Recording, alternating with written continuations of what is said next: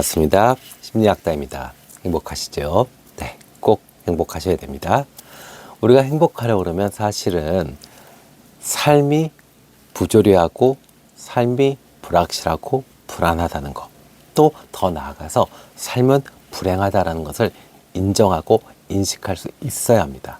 그런데 일부 그런 것들을 인식하지 못하고 인정하지 못하시는 분들, 그러니까 계속 불안해하고 욕망에 가득 차 있고 거기다가 성미마저 급하신 분들이 무엇을 찾아다니죠? 네, 점쟁이를 찾아다니고 점을 보러 다니는 것을 좋아합니다. 대표적으로 이런 성미를 갖고 계신 분이 계시죠. 김건희 씨요. 김건희 씨 주변에 지금 언론에 나온 거로만 봐도 4인방의 법사가 있다고 합니다. 천공, 건진, 명태균 씨, 노사관 씨. 네, 다 쟁쟁한 법사들이네요. 자, 그러면 이렇게 점을 좋아하는 사람들이 공통된 특징을 갖고 있을까요? 네, 공통된 특징을 갖고 있습니다. 5개로 압축할 수 있는데요. 오늘 이것과 그다음에 이제 뇌가 실제로 어떻게 망가지는지에 대해서 여러분들과 이야기를 나눠보겠습니다. 여기서 여러분들이 아셔야 될 거는요. 이 점을 좋아하시는 분들이 결국 나중에는 점쟁이가 됩니다. 그러니까 삶의 방향이 그렇게 틀어져요. 그거는 운명이 바뀌는 것이 아니라 뇌가 그렇게 작동을 하게 되는 겁니다. 모든 세상을 그런 식으로 봐요.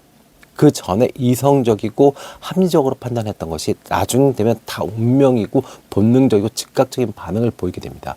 그러니까 결국에 이런 사람들이 나중에 나이 먹고 나서 결국에는 사주 봐주고 신점 봐주고 무당되고 굿하고 이러는 겁니다. 조심스럽게 김건희 씨도 아마 조만간 신을 받지 않을까 싶습니다. 자, 이렇게 인간을 망치는 점, 그러면 이 점을 좋아하는 사람들 특징을 좀 알아보도록 하겠습니다. 첫 번째, 패턴을 인식하는 능력, 그 다음에 의미를 부여하는 능력이 뛰어납니다. 이 사람들은요. 그래서 점쟁이와 점을 좋아하는 사람들은 일반적으로 패턴을 인식하는 능력이 뛰어납니다. 강하죠. 그래서 이 뇌에 패턴을 인식하는 영역이 있어요. 네, 그것이 전두엽과 축두엽인데 이쪽이 활발하게 연결돼서 활동을 하게 됩니다. 그리고 또 하나의 특징은 무작위 정보, 아무 의미 없는 정보를 갖다가 의미를 부여하고 또 의미를 찾는 경향성, 이거를 아포페니아라고 하는데 이런 성향도 강하게 됩니다. 물론 예술가들도 이런 성향이 강합니다. 그래서 만약에 내가 이렇게 불안, 욕망, 성급함이 있다면 점집을 갈 것이 아니라 예술을 하시면서 마음을 좀 수양하시는 것을 추천드립니다. 자, 두 번째는요. 보상회로가 민감해집니다. 점괘를 통해서 불확실성을 줄이려고 하죠. 그죠? 그리고 자기가 듣고 싶은 대답을 얻어내죠. 그러면 어떻게 돼요? 도파민 시스템이 자극됩니다. 그러니까 어떻게 돼요? 뇌의 축자액과 같은 보상체계가 활성화됩니다. 그러면서 그것으로 위안을 얻게 되죠. 그러니까 계속 이것을 견디질 못하는 거예요.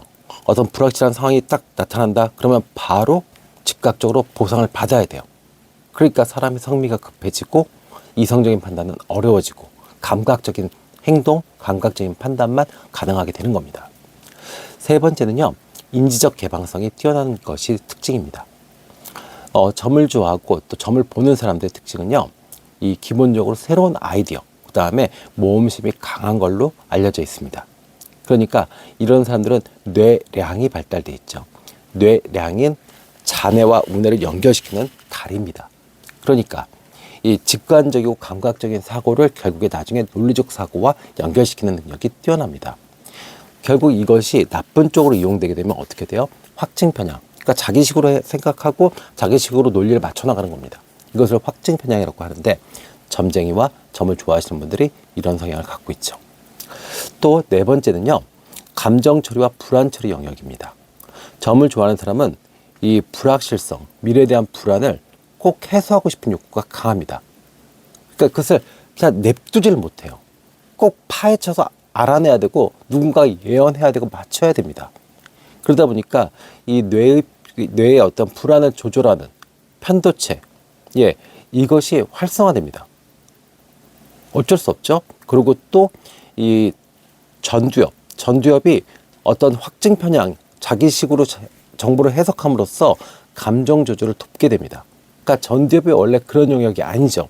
자신의 행동을 제어하는 영역이 전두엽인데 전두엽의 영역도 잘못 사용되게 됩니다. 문제가 커지죠. 그 다음에 5번째입니다. 이 공감적, 그 다음에 직관적 사고가 발달납니다. 이런 사람들은요, 기본적으로 공감 능력이 뛰어납니다. 그리고 직관적 사고도 대단히 발달돼 있죠. 그러다 보니까 어떻게 돼요?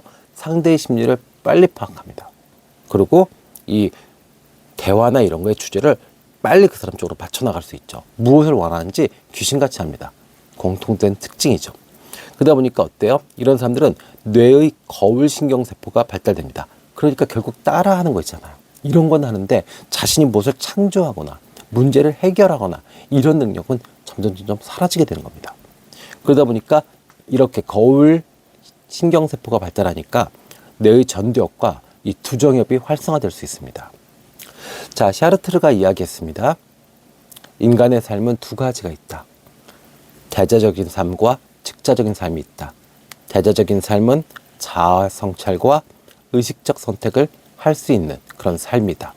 그래서 점점 사람이 맑고 발전하고 수양되는 삶을 살아갈 수 있는 것이고, 대자적인 삶을 살게 되면 무의식적이고 본능적인 반응에 의해서 행동하고 판단하게 된다. 그러면 점점 이 동물적인 그리고 불행, 가난한 삶으로 살아갈 수밖에 없다라고 이야기를 했습니다. 그러면 실제로 이 점을 좋아하시는 분들과 일반적으로 어떤 공부를 하고 책을 읽고 자기 수양을 하고 제대로 종교 활동하고 그다음에 명상하고 이런 분들과의 차이를 좀 알아보도록 하겠습니다. 지금 옆에 표가 있죠. 옆에 표에 보면 일단은 이 대자적인 삶, 그러니까 이성적이고 의식적인 삶은 전두엽이 발달합니다. 그래서 계획과 판단, 자기 통제, 그리고 이 고차원적인 사고가 활성화됩니다. 근데 반대로 즉자적인 삶을 살게 되면요, 편도체가 발달하게 됩니다. 그래서 감정, 그 다음에 두려움, 분노, 이런 본능적인 어떤 감정을 다루는 그런 부위가 발달하게 됩니다. 그러니까 점점 이 참지를 못해요. 그리고 점점 타인을 배려하지 않습니다. 타인은 지 맘대로 하는 거예요. 자, 그 다음에 또 볼게요. 이 대자적인 삶을 살게 되면 전측 대상의 전구체가 발달합니다. 이 영역은 자기 성찰, 그다음에 감정 조절, 선택의 갈등을 해결하는 과정에서 활성화됩니다. 우리가 이 재화는 한정적이잖아요. 그러면 매번 무엇을 선택할 때는 하나를 포기하고 하나를 선택하는 겁니다. 근데 그런 과정에서 이 전측 대상의 전구체가 활성화되는 거예요. 그런데 반대로 이 즉자적인 삶을 사는 사람들은 어떨까요? 축두엽이 발달됩니다. 감각적인 정보와 본능적인 기억에 의해서 활동을 하게 되기 때문에 여기가 더 발달되게 됩니다. 그래서 결론적으로 이야기한다면은 이 대자적인 삶을 사는 사람은 디폴트 모드 네트워크가 발달하게 됩니다. 자기 성찰, 그다음에 어떤 자기 반성 이런 것과 관련된 네트워크가 활성돼서 결론적으로 내부 사고가 발달하고 그다음에 자기 발전, 그다음에 장기적인 계획 이런 것들을 수립하고 실천할 수 있는 능력이 생기게 됩니다. 그러면 당연히 행복하고 원하는 것들을 하나씩 해 나갈 수 있겠죠.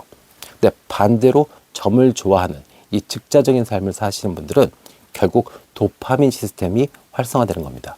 그럼 어떻게 돼요?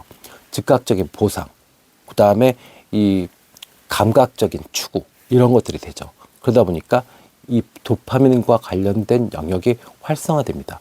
그러니까 결국 어떻게 돼요? 감정적이고 즉흥적이고 이러니까 사람도 떠나고 몸도 아프고 가난해지고 이렇게 됩니다. 주변에 한번 돌아보세요.